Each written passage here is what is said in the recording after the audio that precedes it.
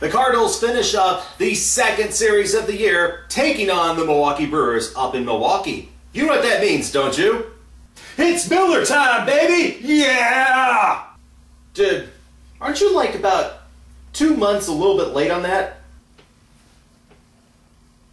What? Yeah, that just ended like a couple months ago. What you're thinking of is a show called, I think it's called The Shootout. They're taping that down the hall and to the left.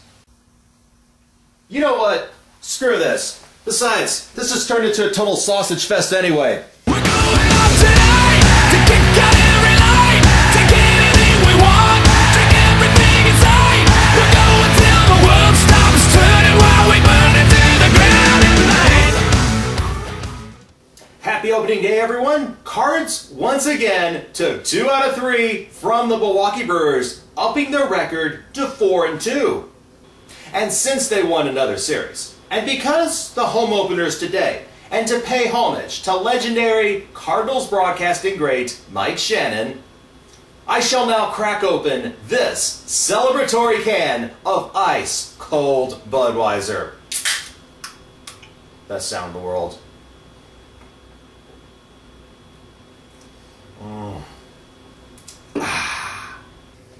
Back to Milwaukee, the one place that is known mostly for sausage, cheese, and really bad cheap beer that your grandparents might have drank when they were your age. Friday night, Cardinals win 5-4 in dramatic fashion. They take a lead early by playing small ball, but Kyle Loesch struggled between the 3rd and 5th innings. Alcides Escobar singles with 1 out. Then Ricky Weeks drives him into 3rd to tie it up. Next inning, Ryan Braun leads off with the double. Throwing a couple of walks, Escobar doubles from 2, gets the 3-1 lead. The Brew Crew adds 1 more run in the 5th inning, and now, cue the comeback! Top of the 6th, Schumacher walks. Then Matt Holliday goes yard a couple batters later. All of a sudden, we're in within 1. Fast forward to the 9th inning. Trevor Hoffman comes in to close it out. So you think. Yeah. I heard the hell's bells upon his arrival, but it turned out to be a living hell for their closer. He walks Rasmus to lead things off, then gets Molina and Freese to fly out. And of all people, Nick Stavanoa pinch hits for Brendan Ryan. And on his last strike, Stabby gets down on one knee to praise the baseball gods and drills it down the line, and there's the game-winning home run. Cardinals take a 5-4 lead. Ryan Franklin comes in and saves it for the Redbirds. Saturday, we dominate this one 7-1, but it was all about the long ball. Already up 1-0 in the 2nd with 2 on, Yadier Molina drills a 3-run homer, and we go on cruise control from there. Albert Pujols drives in a pair in the 5th, and Colby Rasmus gets his 2nd home run of the season an inning later. Meanwhile, it was Jaime Garcia making his first start in 2 years after Tommy John surgery. He goes 6 innings, gets 5 strikeouts, allows a run on 4 hits. Pretty impressive. And once again, Jason Mott comes in the bottom of the 9th. The big difference between Saturday and this past Thursday is, well, we're up by 6 runs. There's no way he can screw this one up, is there? Well, luckily, he struck out Corey Hart and got Greg Zahn and Escobar to ground out for the win. Now, this was one of those games carried on Fox. The biggest issue I have with this is whenever Fox does carry a Saturday game, it's only regional coverage, and everything else is blacked out nationwide. Living in Dallas, every time the Cards are in one of those games, do you think they show them down here? Of course not. It's either an AL West slow-pitch softball snoozer, like, say, the Rangers and Mariners, or they take the opportunity to shove the Yankees or Red Sox or both down our throats. It's time MLB gets to the program here. Every other professional sport, even the college ones, allow you to watch the game that isn't nationally televised, at the very least on their pay-per-view packages. The whole thing about this national blackout on Saturdays really blows. Not everyone out there wants to see the Yankees and Red Sox go at it week in and week out.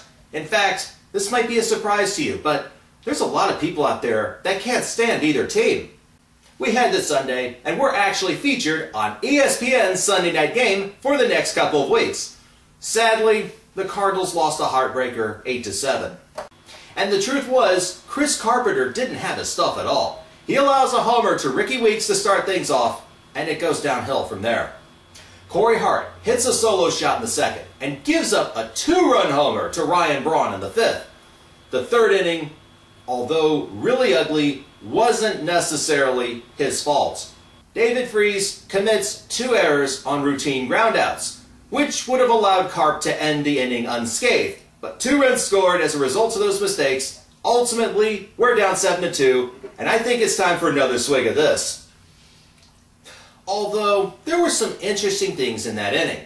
Prince Fielder strikes out, then throws a little temper tantrum, punching walls and all that great stuff, till he found his bat, and everything turned out okay. The other, Joe Mather, who was playing center field of all places, he made a spectacular catch, robbing Corey Hart of extra bases, and also preventing a couple more runs scoring, and ended that dreadful third inning. In the end, Carp's line looked like this. 5 innings pitched, 4 strikeouts, 3 walks, 7 runs, 5 of which earned, on 7 hits. Wasn't a good night at all. Hold on. Did somebody out there say comeback?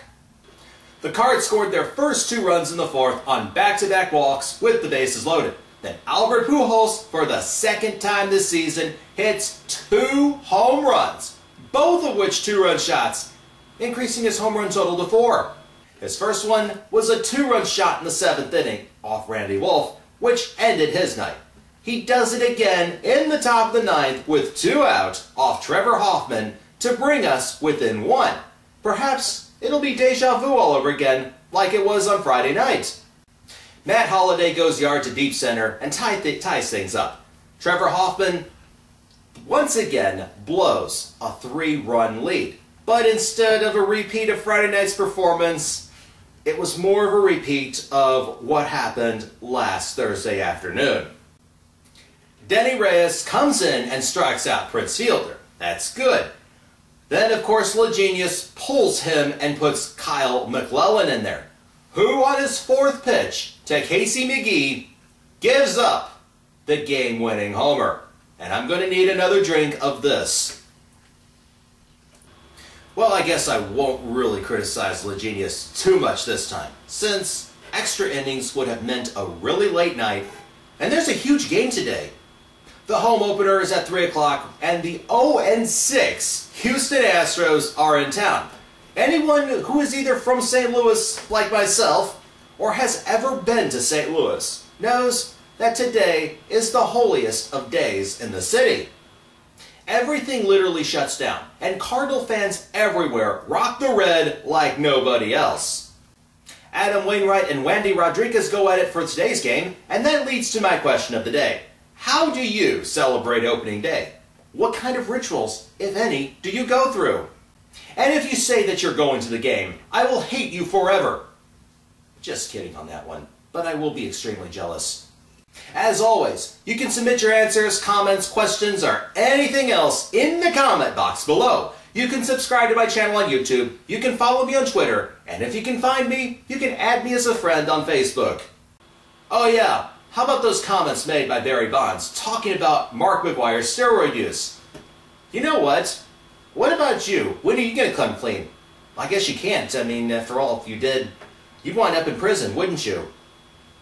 Anyhow, talk to you guys next time. I've got some serious drinking and some barbecuing to do. Talk to you guys soon. You're always a winner at Hot Shots. Go Cards.